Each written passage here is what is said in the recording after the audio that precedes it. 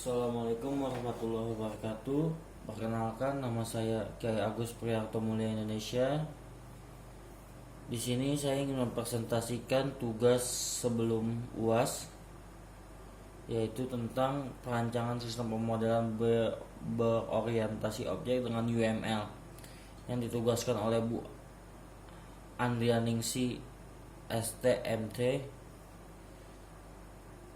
Dan mulai saja presentasinya sekarang. Materi pengenalan UML, sejarah UML, bagian-bagian UML, langkah-langkah pembuatan UML. UML atau Unfit Modeling Language adalah metode pemodelan secara visual sebagai sarana untuk merancang atau membuat software berorientasi objek. Semua elemen dan diagramnya berbasiskan pada paradigma object oriented. UML merupakan suatu kumpulan teknik terbaik yang telah terbukti sukses dalam memodelkan sistem yang besar dan kompleks. UML tidak hanya digunakan dalam proses pemodelan perangkat lunak, namun hampir dalam semua bidang yang membutuhkan pemodelan. Software untuk mendukung pembuatan diagramnya UML, Star UML, Aselio, Argo UML. Nah, di sini dimulainya sejarah singkat UML dimulai dari pada bulan Oktober 1994, Boch, Remburg, dan Jacobson yang merupakan tiga tokoh yang metodologinya banyak digunakan mempelopori usaha untuk penyatuan metodologi pendesainan berorientasi objek. Pada tahun 1995 dirilis draft pertama dari UML versi 0,8. Sejak tahun 1996 pengembangan tersebut dikoordinasikan oleh Object Management Group (OMG). Di sini bagian-bagian UML.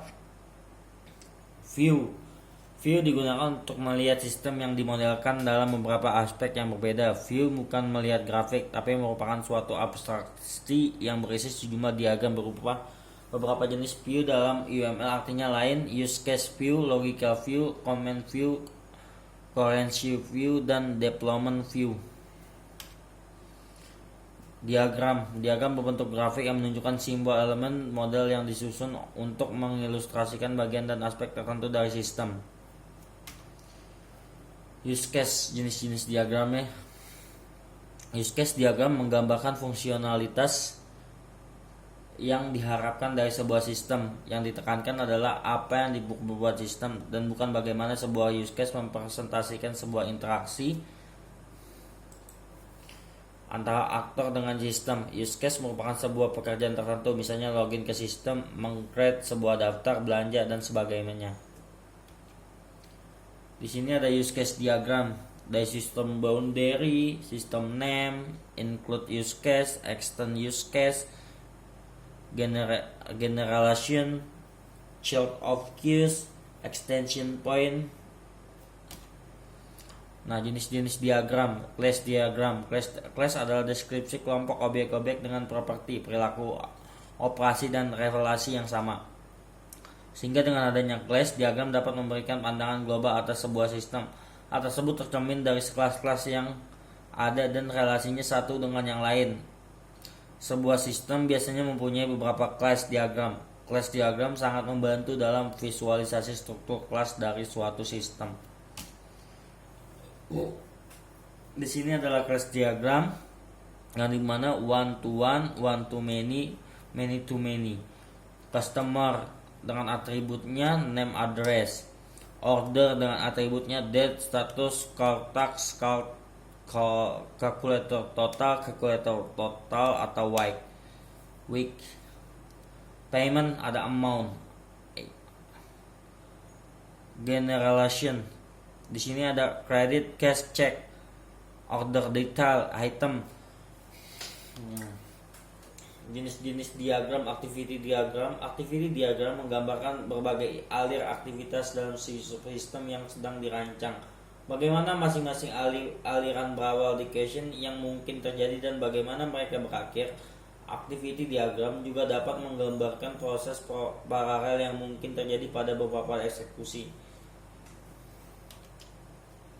Di sini adalah aktivitas diagram dari sampai start, fin, beverage, no office, dan semua yang berbentuk diagram atau flowchart atau ERD-nya sampai ke pemodelan tersebut. Nah, jenis-jenis diagram, sequence diagram. Sequence diagram biasanya digunakan untuk menggambarkan skenario atau rangkaian langkah-langkah yang dilakukan sebagai respon dari sebuah event yang untuk menghasilkan output tertentu. Diawali dari apa yang men-trigger aktivitas tersebut, proses dan perubahan apa saja terjadi secara internal, dan output yang dihasilkan. Sequence diagram. Langkah-langkah pembuatan UML. Membuat function requirement. Di sini adalah sebuah codingan untuk merekam jumlah dan detail barang yang dibeli, membatalkan transaksi barang yang belum disubmit, merekam informasi pegawai yang dilakukan transaksi penjualan barang. Langkah-langkah pembuatan UML. Membuat use case diagram, membuat skenario. Nah, contohnya pembeli melakukan pembelian barang, menghubungi pegawai mengecek barang yang mau dibeli, kalau barangnya ada yang begini, kalau tidak ada yang begitu, dan seterusnya. Di sini langkah-langkah pembuatan UML, membuat class diagram. Kita buat class-class yang ada di dalam sistem, kita tentukan atribut-atributnya. Class-class ini adalah class yang nantinya akan digunakan dalam codingan program. Transaksi penjualan, barang, detail transaksi penjualan. Nah, langkah-langkah pembuatan UML, membuat activity diagram. Langkah terakhir adalah membuat activity diagram. Activity diagram yang mirip dengan flowchart. Jadi setelah kita buat 4 hal di atas, sekarang kita bisa menggambarkan bagaimana sistem bekerja secara keseluruhan. Nah, kesimpulan, UML, Unified Modeling Language, adalah metode pemodelan secara visual sebagai sarana untuk merancang atau membuat software berorientasi objek. Tujuan penggunaan UML: memberikan bahasa pemodelan yang bebas dari berbagai bahasa pemrograman dan proses rekayasa, menyatukan praktek-praktek terbaik dan yang terdapat dalam pemodelan. 3. Memberikan model yang siap pakai, bahasa pemodelan visual yang ekspresif untuk mengembangkan dan saling menukar model dengan mudah yang dimengerti secara umum. Diagram-diagram yang terdapat dalam UML antara lain use case diagram, class diagram, state chart diagram, activity diagram, sequence diagram, collaboration diagram, komponen diagram, dan deployment diagram. Nah, kurang lebihnya mohon maaf apabila ada kata-kata saya yang salah, itu datangnya dari saya. Jika ada kata-kata yang saya yang betul, itu datangnya dari Allah Subhanahu wa taala. Kurang lebihnya mohon maaf apabila ada salah kata, mohon dimaafkan. Terima kasih. Wassalamualaikum warahmatullahi wabarakatuh.